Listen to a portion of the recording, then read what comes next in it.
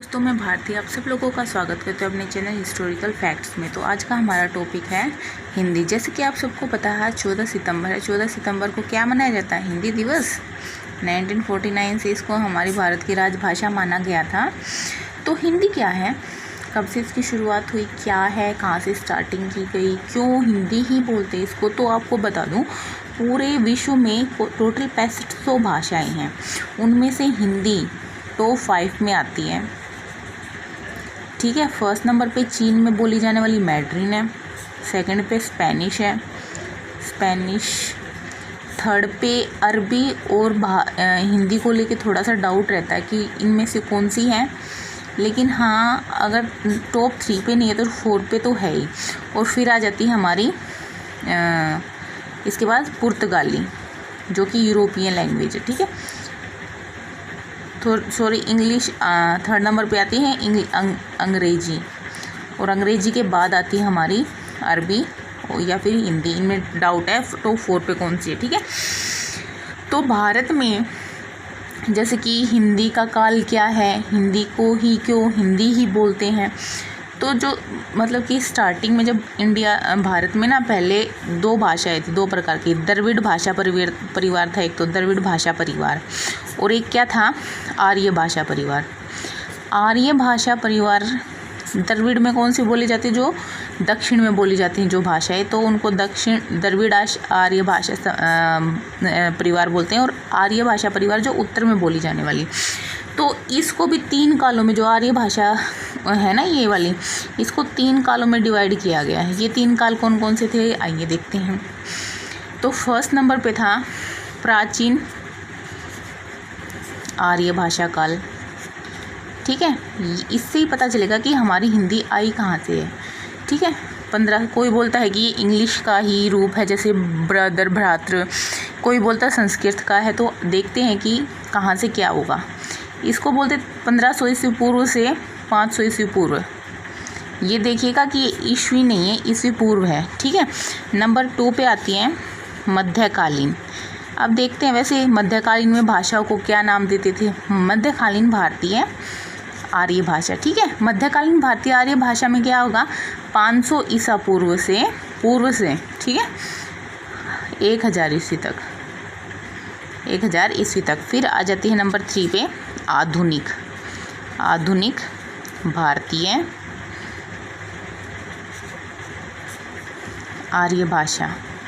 ये कब होगी, ये होगी 1000 ईस्वी से अब तक। यानी कि जो आधुनिक हिंदी है ना, वो 1000 ईस्वी से स्टार्ट हो गई थी। यानी कि 1000 ईस्वी से हिंदी साहित्य के रूप में, हिंदी का कहीं ना कहीं यहाँ से जन्म हुआ साहित्य के रूप में। 13वीं शताब्दी के आसपास साहित्य के रूप में इसने जन्म लिया था हिंदी ने।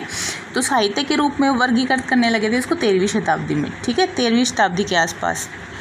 ठीक है, तो इसके बाद आगे देखते हैं कि जैसे कि अगर भारतीय भाषा के परिवार को बताएं तो सबसे पहले जो 1500 से 500 ईस्वी का काल था, इसमें क्या थी, तो इसमें सबसे पहले आती है वैदिक संस्कृत। वैदिक संस्कृत क्या आपको पता है वैदिक संस्कृत क्या थी? वैदिक संस्कृत जिसमें हमारे वेद बने, वेद तो पता होगा, ऋग्वेद, सामवेद, यजुर्वेद, अर्थवेद, हमारे छंद बने, उपनिषद बने। ठीक है, तो ये कब तक था, 1500 ईस्वी पूर्व से 1000 ईस्वी पूर्व तक। यानी कि कहीं ना कहीं जो प्राचीन आर्य भाषा थी ना, उनमें ही वैदिक संस्कृत और लौकिक, इसके बाद थोड़ा इसको भ्रंश रूप होकर लौकिक संस्कृत आ गई। लौकिक संस्कृत। ठीक है, लौकिक संस्कृत का समय था 1000 ईसा पूर्व से 500 तक। जैसे कि मैंने आप सबको बताया कि 1500 से लेके और जो है 500 ईस्वी तक का प्राचीन आर्य भाषाएं थी। तो प्राचीन आर्य भाषाएं कौन कौन सी थी? वैदिक संस्कृत और लौकिक संस्कृत, 2 भाषाएं हो गई। वैदिक संस्कृत थी हमारी कब से कब तक, 1500 से 1000 ईस्वी तक। तो फिर लौकिक आ गई 1000 से 500 ईस्वी पूर्व तक। ठीक है, इसे हम लौकिक संस्कृत, यानी कि जो लोग मानने हैं वैदिक संस्कृत को, जैसे कि ऋषि मुनि जो उस टाइम के विद्वान लोग थे वही जानते थे, लेकिन ये थोड़ी ईजी हो गई थी। नेक्स्ट नंबर 3 पे आ जाएगा, जैसे कि मध्यकालीन आ गई। अभी ये तो हमारी हो गई थी प्राचीन वाली। ये क्लियर हो गया कौन कौन सी थी। अब आती है मध्यकालीन भारतीय भाषा पर। मध्यकालीन में कौन कौन सी थी, मेडिवल वाली में, ठीक है। मेडिवल वाली में क्या थी, पाली। प्रथम क्या थी, पाली। प्रथम पाली नहीं थी, प्राकृत थी। पाली बाद में आएगी, प्राकृत भाषा थी, प्राकृत भाषा, ठीक है।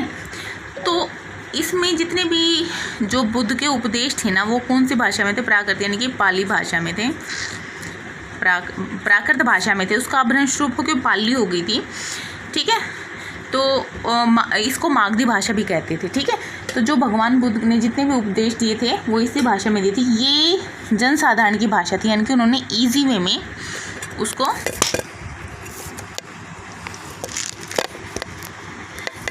उसको किया था, ताकि सब लोगों को उनके उपदेश समझ में आए। जो भगवान बुद्ध ने अपना पहला उपदेश दिया था वही। द्वितीय क्या थी, द्वितीय प्राकृत भाषा। अब थी द्वितीय, नंबर 2 पे आती है मेडिवल वाली में, द्वितीय प्राकृत भाषा। इसमें क्या आ जाते हैं, द्वितीय प्राकृत में जो जैन धर्म के जो महावीर हुए थे ना, उन्होंने अपने सारे जितने भी जैन साहित्य के उपदेश दिए थे ना, जैन साहित्य के जितने भी उपदेश दिए थे, जैन साहित्य के उपदेश, वो 1 ईस्वी से दिए थे 500 ईस्वी तक, ठीक है। वो कौन सी भाषा में दिए थे, प्राकृत भाषा में, ठीक है। प्राकृत भाषा में यानी कि साधारण वाली भाषा में, जनसाधारण भाषा में, जनसाधारण की भाषा में, ठीक है।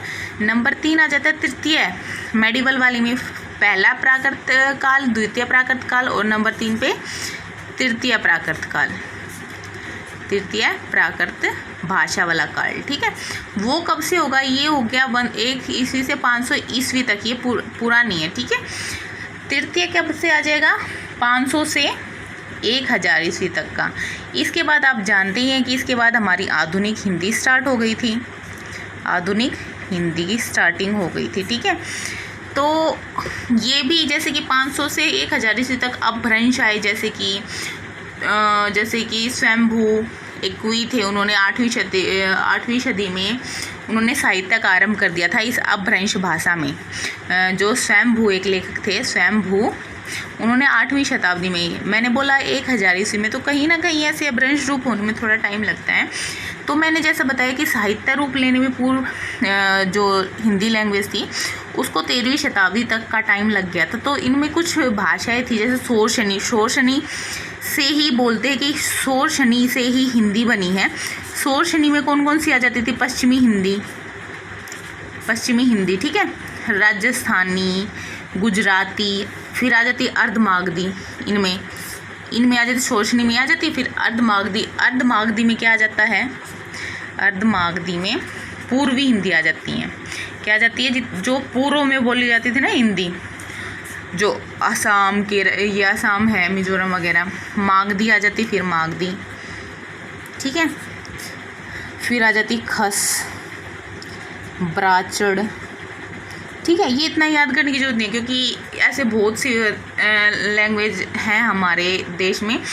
तो अब भी आ रही है वर्तमान हिंदी को भी लगने में टाइम लगा था। जैसे कि वर्तमान हिंदी में भी प्राचीन हिंदी बोल सकते हैं हम, कहने को तो कितने भी भागों में बांट सकते हैं अगर उसको डिटेल से पढ़े। जैसे कि वर्तमान हिंदी का प्राचीन युग था 1100 से 1400 ईस्वी तक का, जहाँ इसी टाइम में साहित्य बनने स्टार्ट हुए थे, जैसे कि मैंने अभी बताया।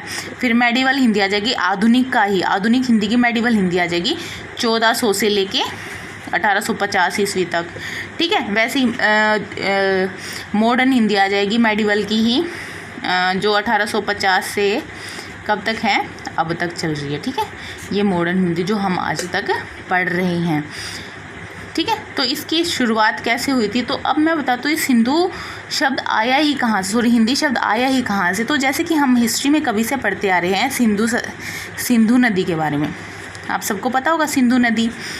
तो सिंधु नदी में के आसपास लोग रहते थे, तो उसको लेकर भी डाउट है कि आर्य कौन थे, कहाँ से आए थे। तो सिंधु नदी के पास एक जनजाति रहती थी, यानी कि वहाँ के आदमी रहते थे। तो जो दूसरे देश यानी कि ईरानी जब आए थे, ईरानी आए थे इधर से, और उत्तर पश्चिम से होते हुए भारत आए थे, ठीक है। ईरानी, जैसे ये हमारा भारत था और इधर से आए थे वो। तो तो उन्होंने सिंधु नदी के पास रुकने वाले लोगों को क्या कहा था? हिंद कहा था। क्यों कहा था? सिंधु से हिंद का क्या मतलब है? तो ईरानी भाषा में ना स को तो बोलते हैं ह, ठीक है, और ध को बोलते हैं द, तो सिंधु का क्या बन गया? हिंद बन गया, ठीक है। ऐसे ही उन्होंने सिंधु को बोला हिंद, और ऐसे ही उनकी लैंग्वेज हिंदी लैंग्वेज थी तो उनको क्या बोला? हिंदी लैंग्वेज, ठीक है। ऐसे ही हिंदी वर्ड की उत्पत्ति हुई जो 14 सितंबर को हमारी राष्ट्रभाषा बन गई। राष्ट्रभाषा नहीं है क्योंकि हमारे देश में भाषा को इतना कोई बड़ा ये नहीं देते कि हाँ भाई हमारी भाषा कौन सी है, ये है, लेकिन हाँ राजभाषा हमारी क्या है? हिंदी है। हिंदी की उत्पत्ति ऐसे हुई थी, पहले वैदिक संस्कृत आई, फिर लौकिक आई, फिर हमारी जैसे कि प्राकृत, जैसे कि आ गए थे बौद्ध धर्म का आंदोलन चलने लग गया था, जैसे बौद्ध धर्म आए थे, जैन धर्म आए थे, ठीक है। ऐसे ही करके फिर प्राकृत आई, फिर ये अपनी आधुनिक हिंदी धीरे धीरे अपभ्रंश रूप होता होता इजी वे में आ गई, ठीक है। तो ये था हमारा हिंदी का थोड़ा सा डिटेल से, थोड़ा सा इसलिए बोल रही हूँ क्योंकि ये पूरा डिटेल से नहीं है। अगर आप पूरा डिटेल से जानना चाहते तो बताइएगा, क्योंकि उससे लंबी वीडियो हो जाएगी। ये थोड़ा सा बेसिक इन्फॉर्मेशन है। अगर आपको वीडियो अच्छी लगी हो तो प्लीज़ प्लीज़ प्लीज़ शेयर करना, कमेंट्स करना और बताना कि वीडियो आगे की वीडियो किस चीज़ के ऊपर बनाऊँ, ठीक है।